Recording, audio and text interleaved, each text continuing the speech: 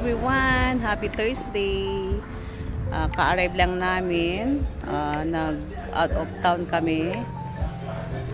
We are here at the paddy field. Isa po siyang parang probinsya na may mga rice field. Pero this time, parang nag-harvest na sila ng rice. Ano ba tawag po sa Tagalog? Ayun. So, dito kami sa Paddy Field Homestay. Ayan.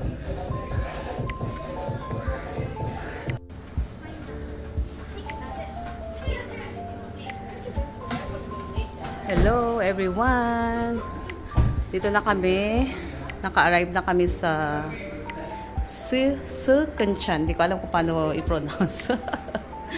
Ayan. Ang laki ng homestay. Meron siyang balcony sa taas. Ito yung first room. Maliit lang ito na room. Ayan. Ayan yung toilet. Ito yung isang living room. Number 2 na room nila is itong room na to meron siyang 2 beds. And then yun po yung kanilang toilet.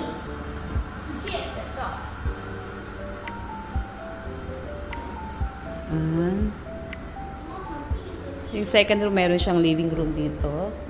Ito yung dining. And then the third room. Medyo malaki rin yung third room. Doon natin yung ayan, then bathroom doon. How many? 4. And then number 4. Ito may extra toilet dito. And then the fourth room is here. Ayan. Homestay po ito. Sa homestay. And then ito yung kusina. Meron silang fridge, washing machine. Saka yung stairs na papuntang balcony. Saka may poolside pala dito. Ayan, may poolside. And then yung rice field doon.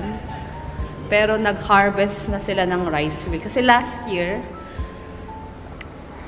pumunta kami dito month of October. So this time, kasi ang Deepa Valley is November.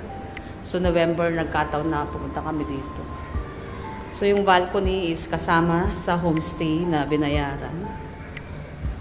So this is it. Ang sarap lang nasa probinsya. Ayan o. Parang nasa Pinas. Parang sa Pinas ka lang naman. Ayan. Pero sayang lang kasi na harvest na nila yung rice. Ayan. Maganda sana pag hindi pa na-harvest yung rice. Ayan.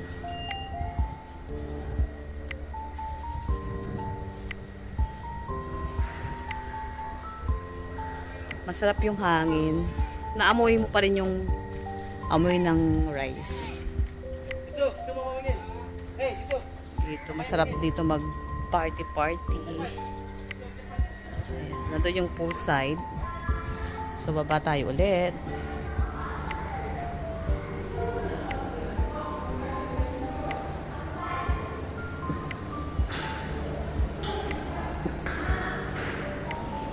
Ito yung laundry area nila.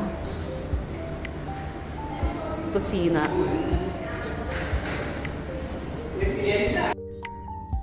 Good morning. Ayan, maaga ako nagising today dahil gusto kong i-capture yung sunset.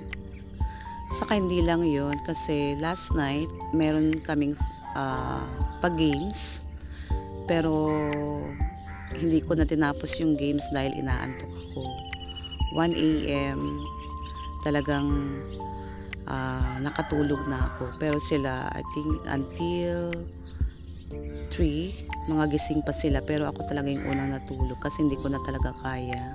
Kasi kahapon masama po yung pakiramdam ko. So kaya ang aga ng gising ko. Pasensya na kayo sa boses ko. So today is our day 2 here sa probinsya. We call it Sikhanchan. So ayan, pinakita ko lang po sa inyo yung sunrise dito sa isa po sa mga province po dito, probinsya dito sa Malaysia. So ayan, na-captured ko siya at nagkataon naman na nakagising ako ng maaga dahil natulog rin ako ng hindi naman kaagahan, mga 1 AM. Basta hindi ko na tinapos yung palaro nila kagabi kasi medyo masama po yung pakiramdam ko kahapon. Actually kahapon nasa clinic ako. Ayun, kaya maaga po ako natulog. So yun lang po, happy Monday. Okay na po ako today. Thank you for watching and follow for more. Bye. Bye. Yan, after kong nanood ng sunrise, bumaba ako kasi katabi lang ng kung saan kami nagstay is rice field talaga siya. Pero sa tabi ng bahay kung saan kami nagstay, na-harvest na po nila yung palay. So, ganyan na lang siya. Actually, na-harvest na siya.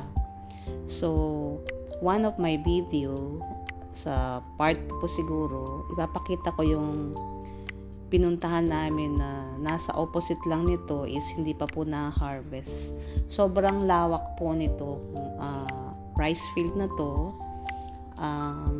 Nung sumakay kami ng tractor, meron kasing truck na magtutour sa inyo is 2 hours po namin nilibot yung farm na ito. Malawak po yung rice field na ito. Hindi lang po rice field, may mga plantation rin po ng mga gulayan. Marami, as in lahat na ata meron eh. May okra, may mais. Meron din po palang coconut plantation dito.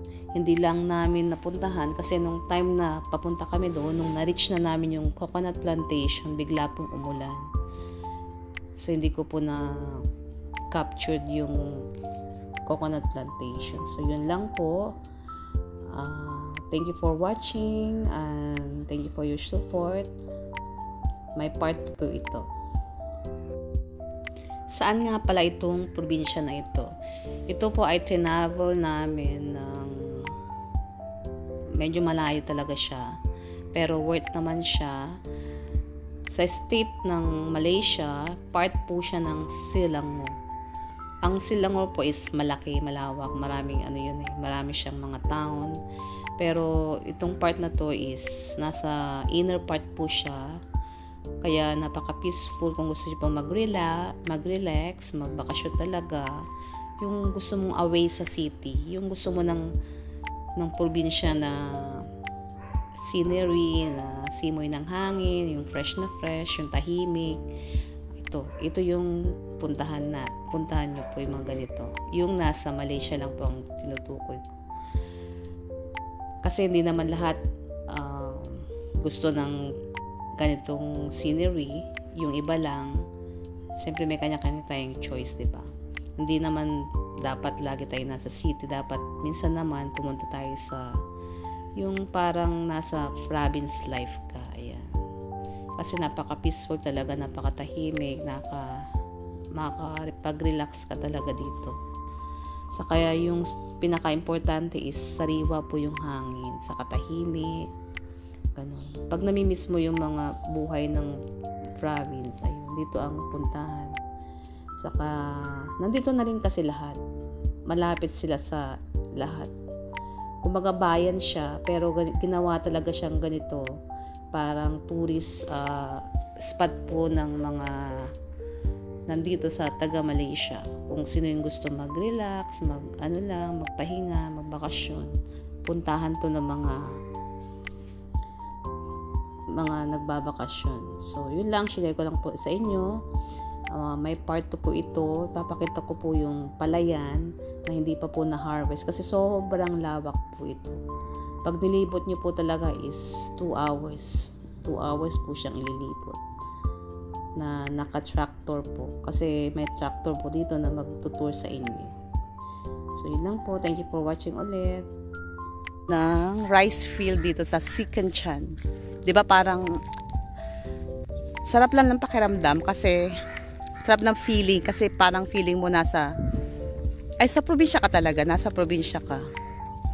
Napakasariwa ng hangin, tapos naamoy mo yung amoy ng palay. Ayun, palay pala sa Tagalog.